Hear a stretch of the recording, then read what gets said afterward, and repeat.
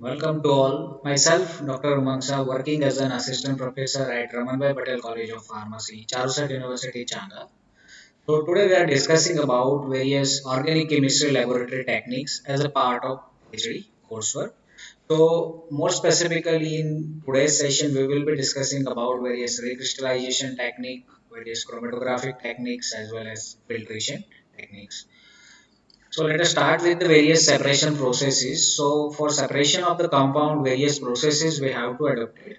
The first is liquid-liquid extractions, then adsorptions, filtrations, solid-liquid extraction, that is also called leaching techniques, elution chromatography, membrane separation processes, distillations, in distillation, various different types of distillation techniques are used. So that we will be discussing in second session.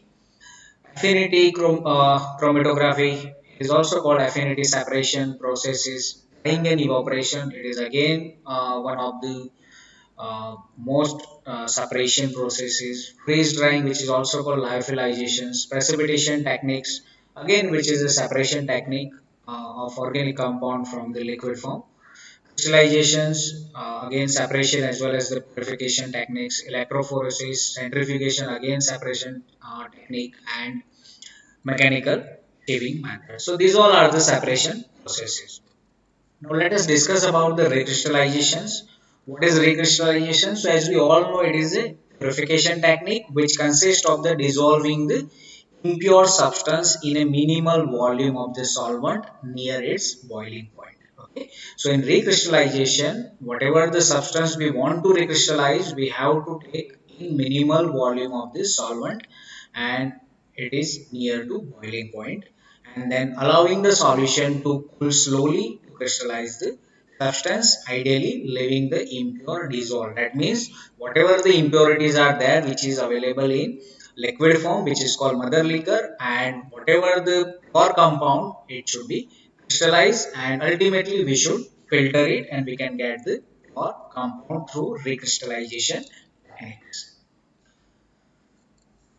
Now, after recrystallization, there should be a one more technique, that is a filtration technique. So whatever the crystallized compound are there, that we have to filter it and we can get the solid crystals. Solid compounds synthesized in organic laboratory usually need to purified before final confirmation of tests are to be performed. Final confirmation test means whatever the compound that you are synthesizing in your lab, whatever the impurities that you are synthesized in the laboratories. So for that various characteristic tests we should perform like UV, mass, NMR and higher spectroscopy. So before we are sampling for these qualitative test or sampling for the various characteristic test, your compound should be in pure form. And then only you will get your best characteristics. One of the most commonly used technique to purify the sample is recrystallization followed by the vacuum filtration. As we discuss in detail, we will be discussing in subsequent slides. What is recrystallization? That means solid organic compound produced in the laboratory usually need to purified. As we discussed, most common technique involve recrystallizing the sample from appropriate solvent. So for purification, most common technique is recrystallizations.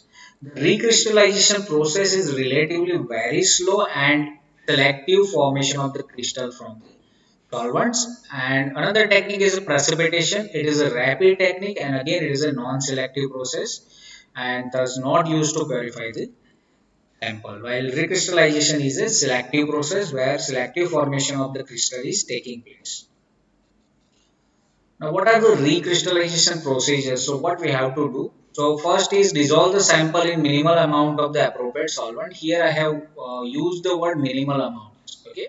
So, if you dissolve your sample in minimal amount, then and then only crystallization is taking place, and you can get the purified form of your compound. Samples should be insoluble in the solvent at room temperature, but soluble at elevated or boiling temperature of your appropriate solvent. Okay.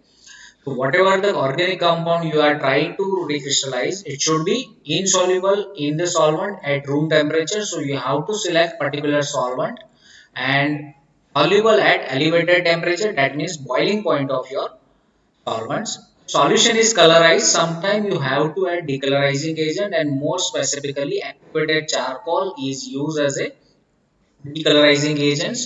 So you have to take compound in your RBF, that is called round bottom flask, add charcoal and some silica, flux it for half an hour, and then filter through flooded filter paper, where you can get the uh, you can remove the coloring impurity from your organic compound. Then colorize the solution, first filter through the filtered filter paper, as well as you can also use the column containing alumina and silica for the filtrations.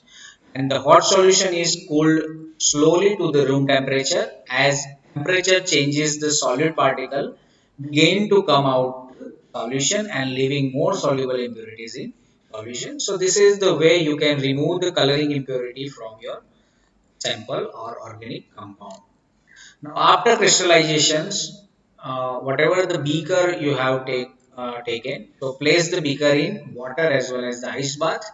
Then, whatever the crystal you can get, so collect the crystal by vacuum filtrations and rinse the crystal with small portion of the cold solvent. So here you have only use cold solvent. If you are using hot solvent, then again your crystal is trying to dissolve in hot solvent. So rinse your crystal with cold solvent.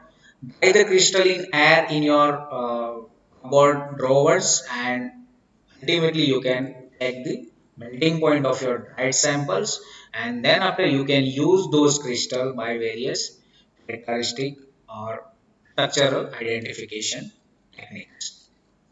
Now, what do you mean by appropriate solvent for recrystallization? What are the characteristic of the solvent which is used for the recrystallization?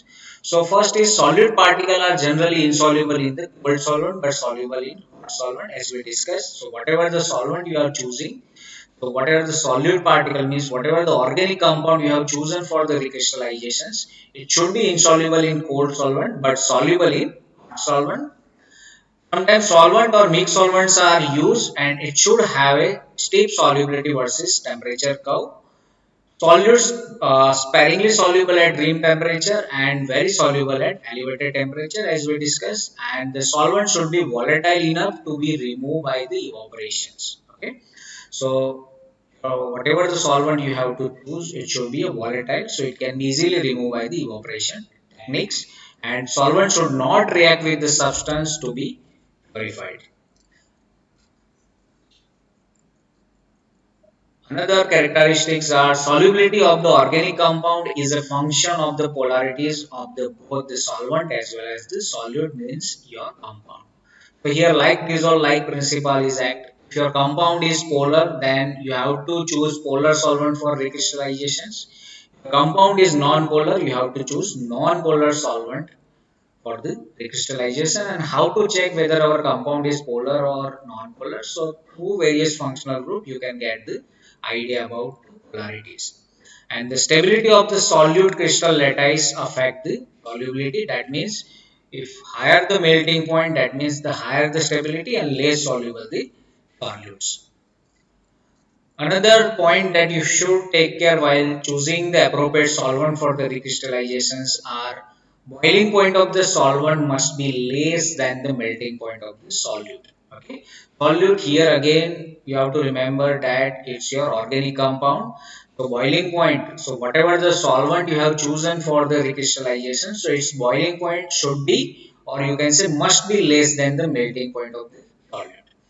Boiling point of the solvent is higher than the melting point of the solute. At that time what happen, whatever the organic compound you have, that will melt instead of the dissolving in this solvent at elevated temperature.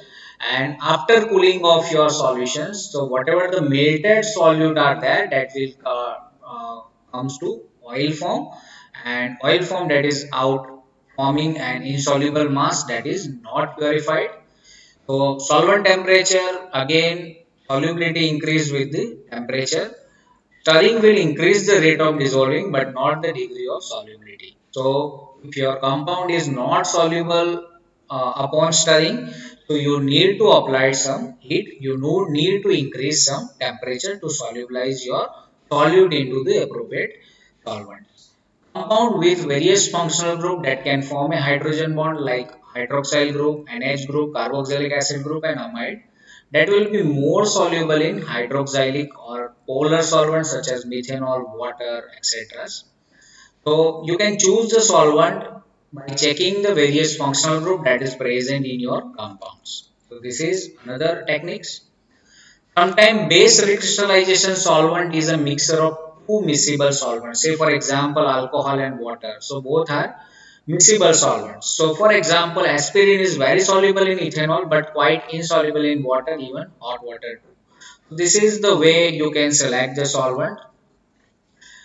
This table shows the solvent polarity index. So polarity 0, that means it is a non-polar one, or you can say least polar.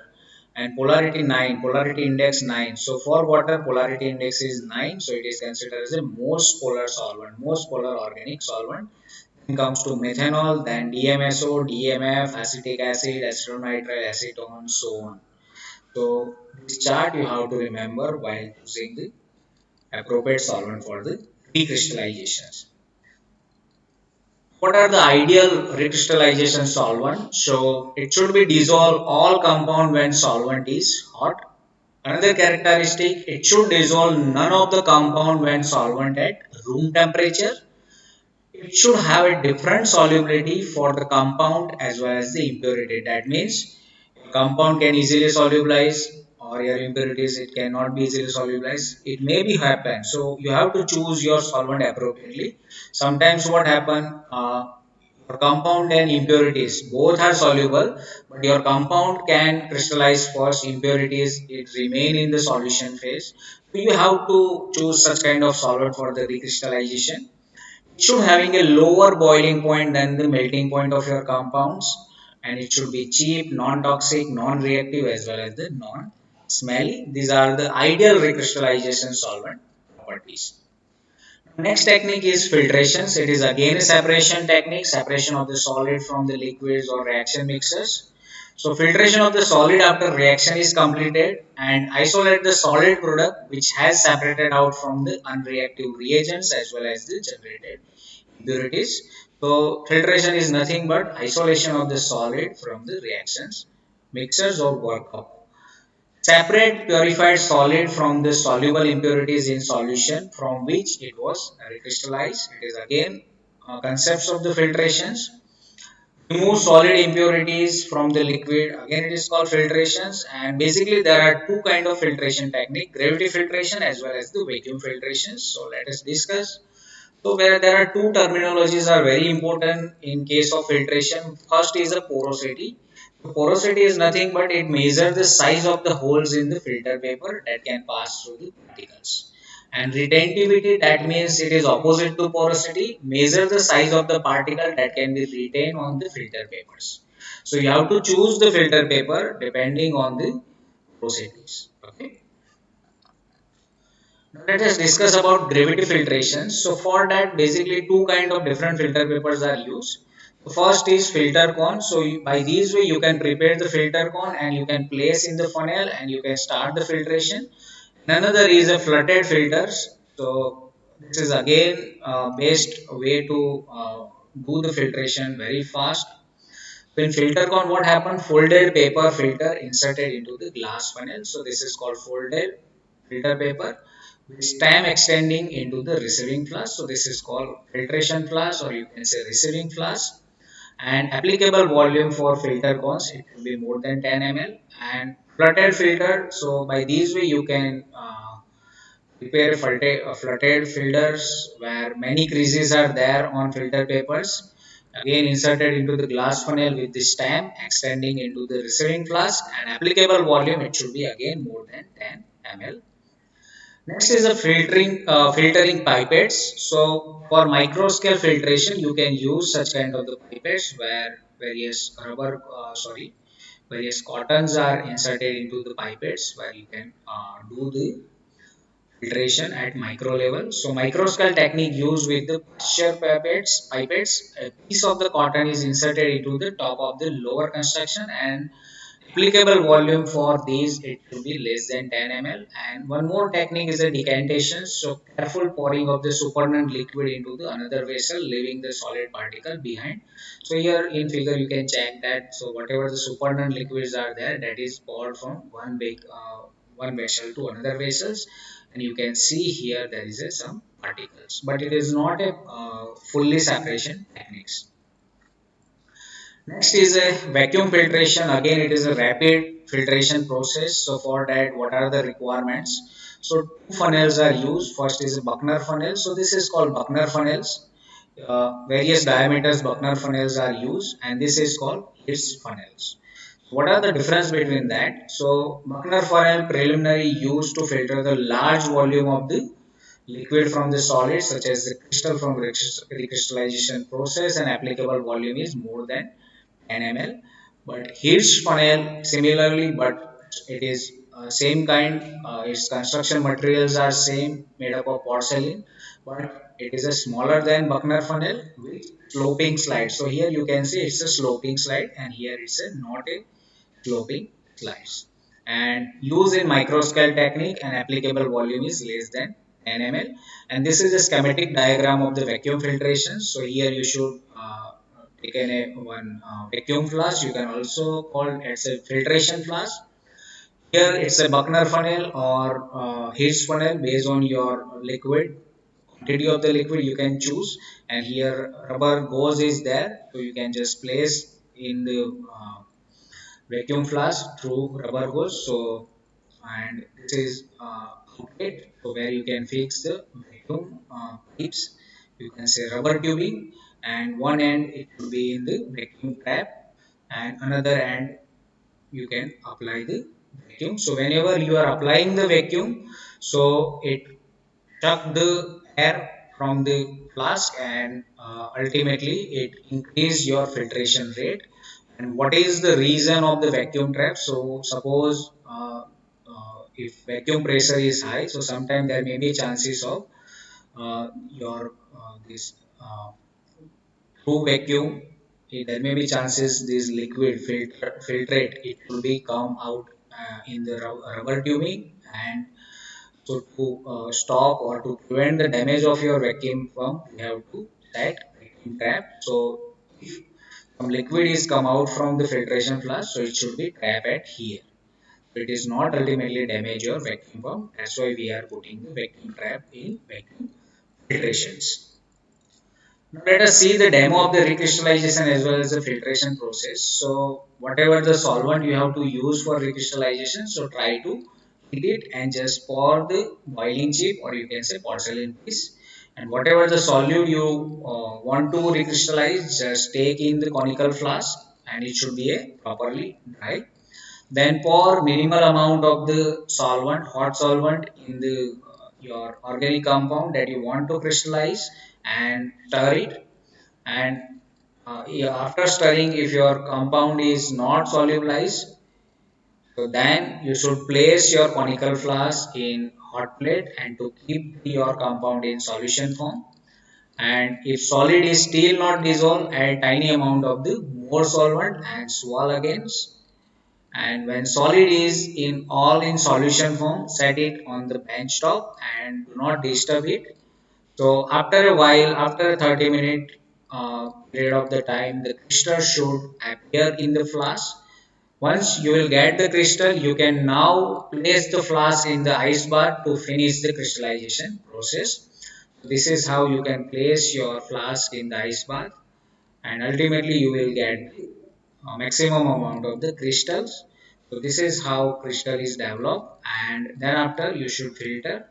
So this is not a proper technique. It is a proper technique where you can get pure crystals, and you can easily remove the solvent by vacuum filtrations. And this is the filtration of the crystal through vacuum. So as we discussed, so this is a laboratory vacuum filtration technique. It's a vacuum pump. Here there is an outlet. So from here you can just apply the vacuum. So again, it suck the air, and again it also suck the air from these flask, and ultimately vacuum filtration is done. These all are the various common drying reagents or agents used in organic compounds. So like for storage of the alcohol, which common drying agents are used like anhydrous, potassium carbonate, anhydrous, calcium sulfate, magnesium sulfate, calcium oxides, like alkyl and aryl halides, various anhydrous, calcium chloride, calcium sulfate, magnesium sulfate, and phosphorus oxides are used. Aromatic hydrocarbon as well as the ether. You can use calcium chloride, calcium sulfate as well as the phosphoric acid. Aldehyde, you can use calcium sulfate, magnesium sulfate, anhydrous sodium sulfates. So in most common dry agents are calcium sulfate as well as the potassium carbonates are used for the absorb the moisture from your solvent. Now, in this slide, we are discussing about the purification of the common organic solvent, which is very important while you are doing the synthesis of impurities as well as the synthesis of the organic compounds. First is a fatty ether, you can say petroleum ether. It is a low boiling point solvent, and undesirable impurity present in ethers are unsaturated aromatic hydrocarbon. It can be removed by concentrated sulfuric acid treatment. Another treatment is potassium permanganate with 10% sulfuric acid until violet color of the aminophore is unchanged. And then once violet color is unchanged, then dried the solvent on anhydrous calcium chloride and distill through the simple distillation process. You can also use the grade 1 alumina column chromatography technique for the purification of the fatty ether, and you can also use cyclohexane and methyl cyclohexane solvent. So for methyl cyclohexane and cyclohexane solvent, same purification technique is adopted. Next is the benzene. So benzene is termed as a carcinogenic solvent where thiophene impurity is present, which is causing the cancers. So how it can be removed? So it can be removed by the washing of the acetylene in presence of concentrated sulfuric acids, and whatever the excess sulfuric acids are there in the benzene, it can be removed by wash of 10% sodium bicarbonate. So to remove the excess acid, 10% sodium bicarbonate wash is necessary. And whatever the solvent you can get after the treatment, finally dried the solvent under the calcium chloride as well as the sodium metal is also used and further purified by the simple distillations, and boiling point of the benzene is in range of 78 to 80 degree. And once your benzene is purified, so you can distill it and you can finally store at type 5A molecular sieve. Molecular sieve is basically a small rods of the aluminum silicates, and before use for the drying purpose you have to activate at 120 degree on hot air oven, and then you can store the various solvent uh, on type 5A molecular sieve. Next is the toluene. So again, the same techniques are used for the purification of the toluene, same that we have used in benzene. So methyl thiophene impurities present in the toluene, and it can be removed by wash of acetylene with concentrated sulfuric acid. Same method that we have adopted for the benzene. Again, boiling point is 110.5. Again, once all treatment has been given, then further you have to purify it by simple distillations, and you have to store your pure toluene under type 5A molecular sieve. Next is a dichloromethane. It is also called DCM. First, treatment with concentrated sulfuric acid until acid layer remain colorless. Then whatever the excess acids are there in the solvent, it can be removed by adding 10% of sodium bicarbonate wash. And finally, whatever the solvent you are getting, so dried under the calcium chloride and distilled from calcium hydrate. So you can use calcium chloride as well as the calcium hydrate. So whatever the moistures are there, it can be absorbed by this calcium chloride, and then after you have to filter it, and after filtration you have to perform the simple distillations, and boiling point is very low for dichloromethane. It is around 40 to 41 degree centigrade, and then after stored under type 3A molecular sieve. Next solvent is chloroform. Again, like benzene, chloroform is also carcinogenic solvent. So it is better to replace chloroform with the dichloromethane. It is the safest one compared to chloroform. Initially, you have to store chloroform at calcium chloride uh, lumps before treatment with concentrated sulfuric acid, and 10% sodium bicarbonate wash is applied to remove the excess acid. And finally, whatever the solvent, whatever the chloroform you will get, you should dry it under the anhydrous calcium chloride for 24 hours in at, around bottom flask, and further filter it and further purify by this simple distillation. Boiling point is 61 degrees centigrade, and it should be stored under 4A molecular sieve. So 4A, 5A, 3A, it is depending on the size of the molecular sieve. Next is the methanol. So common impurities present in methanols are water and acetone, and this impurity can be removed by the treatment with furfural as well as the NaOH solution, and then you have to perform the fractional distillations. And boiling point of methanol is 65 degree, and you should store the methanol and type 3A molecular sieve. Same technique is applied for the ethanol also. Next solvent is polar aprotic solvent, that is called THF, tetrahydrofuran. Common impurities present in THFs are water as well as the peroxides. So that's why in during manufacturing process, peroxide inhibitors are added in the THF. And before distillation, it should be dried over the calcium sulfate before the fractional distillation technique. Boiling point is somewhat nearer to methanol, 65 to 66 degree, and it should be stored in calcium hydride under nitrogen.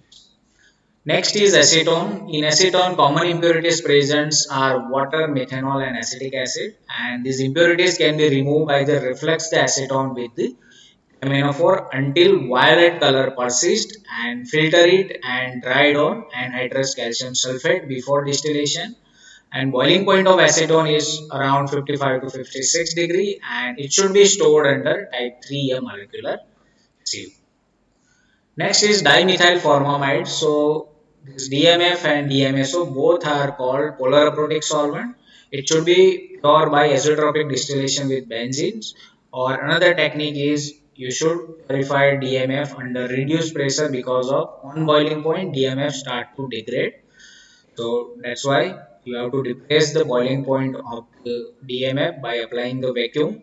So for here you have to perform vacuum distillations, and boiling point is 153, and after distillation you should store the DMF in type 3A molecular sieve. Next is pyridine, again very dangerous solvent, again toxic one. It should be heated under the reflux with calcium hydride, NaOH as well as the QH pellet. Then after filter it and distill with simple distillations. Boiling point is 115.3 degrees centigrade, and it should be stored under type 4A molecular sieve. Now next topic is chromatography in reaction monitoring. So basically there are two techniques are used. One is a column chromatography and another is a thin layer chromatography. The purpose of thin layer chromatography is for reaction monitoring, as well as you can also check the purity of your compound. And column chromatography is generally used to separation of the or separation as well as the isolation of one or more component from the reaction mixture. And what is the chromatography? So it is a separation process depend on the differential distribution of the component of the mixtures between mobile phase, bulk, and thin stationary phase. So let us start with thin layer chromatography. So TLC is a method for analyzing a mixture by separating the compound in the mixtures. It can be used to help determine the number of components in the mixtures and the identity of the compound as well as the purity of the compound. And for the thin layer chromatography, selection of the mobile phase, it should be depend on or it is non-polar to polar side. So initially whenever you are started with the TLC, so you should take non-polar fraction more compared to polar. So like you are using benzene and ethyl acetate. So benzene is a non-polar compared to ethyl acetate. So you should start with 9.5 ml of benzene and 0.5 ml of the ethyl acetate. So once you will not get the spot properly, then you can increase the polarity. But initially you should start with the non-polar to polar ratios. And once you will prepare the mobile phase, you should have to saturate the mobile phase for minimum period of the 10 minutes. So here you can see it how to check the saturation. So you just put the filter paper when all solvent, that is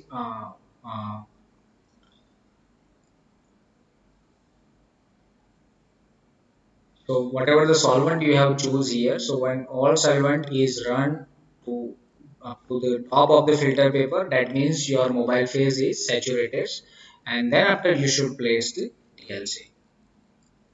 Basically, there are three main steps of the TLC, thin layer chromatography. First is spotting, then development, and visualizations. This is the step one. You should take a spot at here, and you should take care your spot. What wherever you just put your spot, it should not be. It should not deep into the your mobile face. Okay. So this care you should taken. So this is called spotting. So after spotting, when you place your TLC in mobile phase, once it is saturated, then solvent that is run on your TLCs, and you can get the separation of the spots. And this is the last step, which is called visualizations, where you can easily visualize the your spot, which are the visualization techniques. So that we will be discussing in next slides. So for aromatic compound, you can check in UV chamber. You can also use the iodine vapor for the aromatic compound. Now next is RF value calculation. So how to check the RF value, and what should be the RF value for separation. So RF value, it should be more than zero point 0.5 for better separations and resolutions. So this is called solvent front. So up to now, up to these distance, solvent is run into the TLCs. So first we have to check the height of this solvent front, and it should be here. Say for example, it's a 10 centimeter. Height of the origin of the spot to spot A, it is a 4 centimeter, and spot B, it is a 8 centimeter. So if you want to check the RF value of the A compound, so RFA is equal to distance traveled by the solute upon distance traveled by the solvent. So this is a distance traveled by the solvent. So it is a 10. For A, distance traveled by the solute is a 4. So 4 divided by 10, like 0.4 is a RF value. Same way in case of the B, distance traveled by the solute is 8, distance traveled by solvent is 10. So zero point 0.8 is a RF value in case of the B spot. I discussed various visualizations techniques, visualization reagents are used for thin layer chromatography. So first is iodine, so which is used for unsaturated as well as the aromatic compound, and you can get the brown spot on TLC. UV light, like in your compound, suppose conjugation is there, so for that UV light or UV chambers are used, and you can get the pink or light green background on the spot. Barium sulfate, it is used for alkaloids. Neem hydride reagent, it is used for the amines as well as the amino acid, where you can get the purple color. 2,4-dinitrophenyl hydrogen, which is also called Brady reagent, which is used for aldehyde as well as the ketone, where you can get the yellow and orange spot. Aminophore, which is used for the compound which can easily oxidize. So for that you can use yellow. You can get the yellow as well as the purple colors. Barium molybdate, it is a very good for polyhydroxylated as well as the carbonyl compound, where you can get blue and green spot. Trianisaldehyde, which is very sensitive for various nucleophile like OH, SH, and NH2, and different color on light pink plate on heating is observed. Next is a phosphomolyblic acid, where it is a very highly sensitive. You can get the dark green spot, and Eldridge reagents, which is more specifically used for the indole as well as the amine, where you can get the pink as well as the red violet color. So this is all from the common laboratory techniques session 1. In session 2, we will be discussing about some more distillation as well as the extraction techniques. Thank you.